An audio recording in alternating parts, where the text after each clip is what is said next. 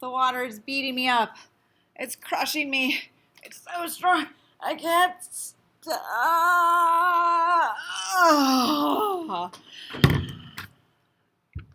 Yeah, right. Water's not very strong, is it? Well, it kind of actually is. And today you're going to learn how strong water is. Very strong. Water. Strong. Okay. Mrs. Tomlinson will stop being goofy now. Well, I mean, I know you were just amused there, but I'm a weirdo. Okay. I can recognize waves constantly erode and shape the shoreline. So waves made out of water are way stronger than just this water in my water bottle. Or are they? Think about that for a minute. And while I'm thinking, I'm going to learn about waves. So here's our definition for waves. Waves are caused by winds, tides, and sometimes earthquakes. Yep, big waves, small waves, giant waves. They're pretty amazing. And they really carry sediments from one place to another. And they really weather down rocks. Okay? All right. So the next term here is shoreline. Say it with me. Shoreline. Shoreline also sometimes is called the coastline. Usually shoreline is like a lake shore, and usually coastline is like an ocean, the shore of an ocean, okay, where a body of water meets the land. So you guys all know the word beach, and we all wish we were on one. Okay, but we're not. So we gotta focus here, focus. Here we go. Beach, an eroded rock particles deposited on a shoreline. We know that sand is super cool, so that's why we wish we were on a beach right now. This is a new one for you. Longshore current. Say it with me. Longshore current. It's the movement of water parallel to a shoreline. So if you've ever been on a lake or an ocean and you're standing right there on the edge and you're watching the waves come in, they never actually come right straight in. They usually come at some kind of an angle. And the angle that they come in is the direction there's a small current. Okay? So here on page 83, I'd like you to describe how waves deposit and erode sediments and give 3 to 5 examples of surface features of the earth created by waves and include how they're formed. Oh, Mrs. Tomlinson, this is so tricky. It is and it's not. You're going to watch some video and you'll read some sites, or you can listen to me read them to you, and you'll figure it out. Oh man, Mrs. Tomlinson, I know you're about to change the page. I am. Oh boy, you art people are going to love me today. You are going to be able to draw this. And this actually isn't very hard to draw. It says, I can identify basic features created by waves. So this would be like a lake or an ocean, right? And then here's some land colored green, right? And then there's some areas that are highlighted. And what I want you to do, I know it seems like a lot of notebook pages, but really this is the entire notebook page. You just have to complete the diagram. You have to use the words sea cave. Bet you can figure out where that might be. You have to use the words longshore current. Bet you could figure out where that might be. You have to use the word beach. I bet you could figure out this has some sand on it. And I bet you can figure out a sea stack. Looks like a smokestack. This looks like one too, doesn't it? I bet you can figure out what an arch looks like. Ooh. All right, and I bet you can figure out what a sea cliff is, right? All right, if you can't, look, here's a picture of them. There's a cave here. The longshore current comes along, drags in the sediment, slows down, drops some sand on the beach, kind of bounces back out here a little bit. The sea stack has been completely eroded. See, this used to connect all the way out here, but water and waves eroded most of it and left this more stable rock of sea stack. Here, the waves must have been really rough because they carved out an entire arch.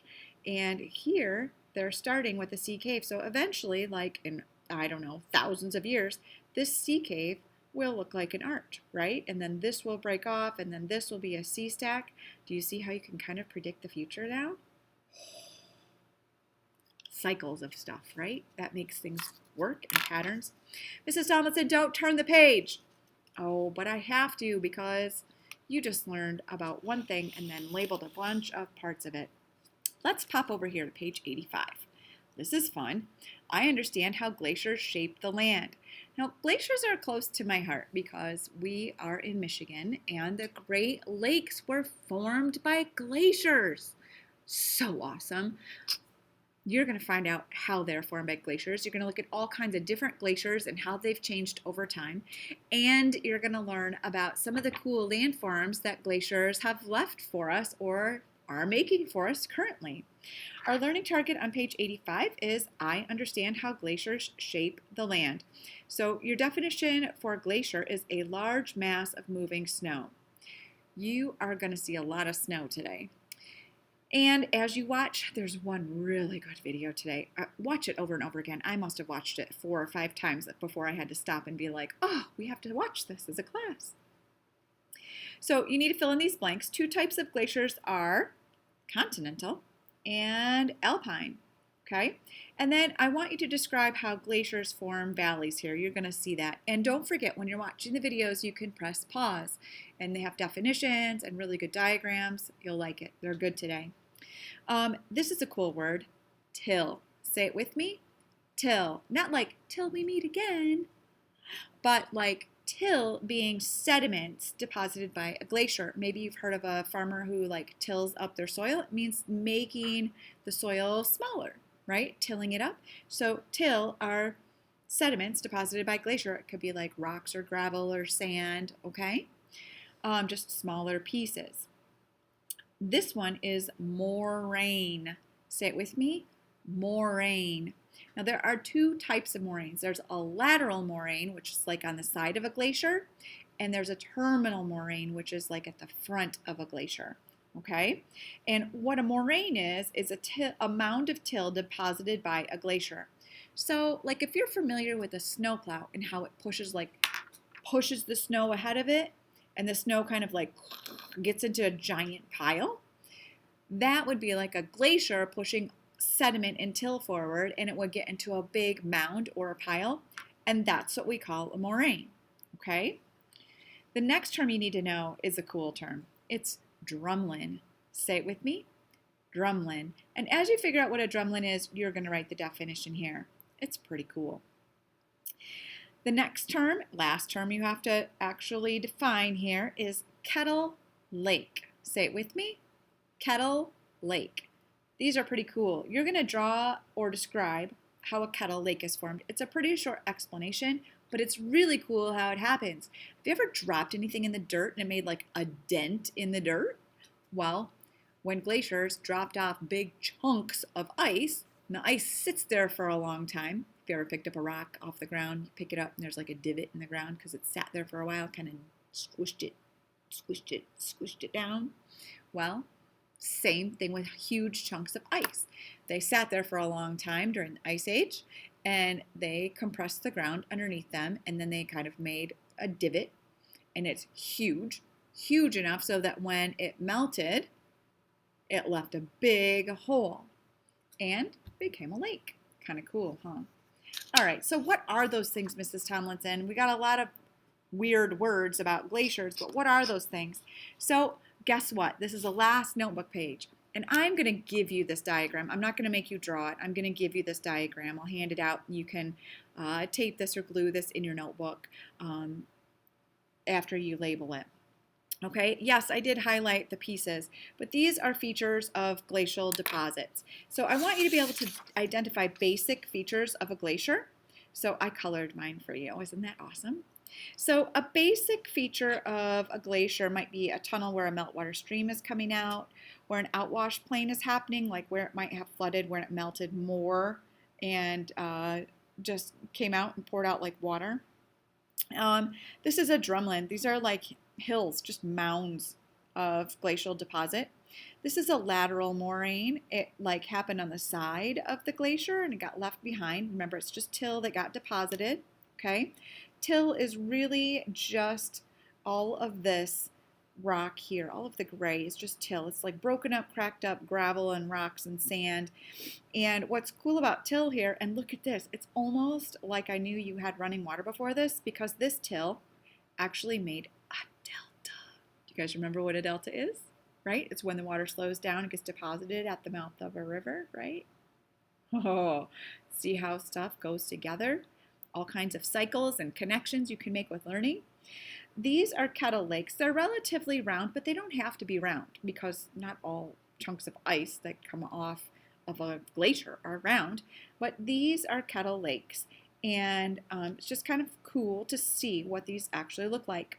So, there's soil, and then there's till, and then as you go down farther, you get to something called bedrock, which is really awesome. You're going to learn some stuff about glaciers and about Michigan today. You are going to do your 4 notebook pages. Sorry, it is what it is. 4 notebook pages, okay? 2 of them have a lot of writing. The first 2 you'll do pretty simply with the first video and website. You'll be able to find it very easily. The second 2 are a little bit more difficult, but I really read you the answers, and it gets talked about in the video. And then the last thing that you need to do today is you need to look more into glaciers, and you're going to do a glacier lab experience. And because we can't bring a glacier into the classroom, I'm going to have you look at a lab. I want you to watch a couple of people doing some lab activities that you can do at home. And if you do it at home and you prove it, I will give you extra credit. Everybody needs extra credit. Everybody. Yes, that means you. So then you do the lab. You just basically got to answer the questions. And as you're answering the questions, you got to kind of remember them. You can copy and edit the document if you want. You can write them on a separate sheet of paper, but then you need to submit your actual answers on the Google form. So today you have a lot of work to do, but you're going to love it. Anyway, if you have colored pencils, like greens or browns or blues, those will really spruce up your notebook a bit. All right, we'll see you soon. Have fun with the lab. It's super fun, super fun, super fun, super fun, and cool, because glaciers are cool.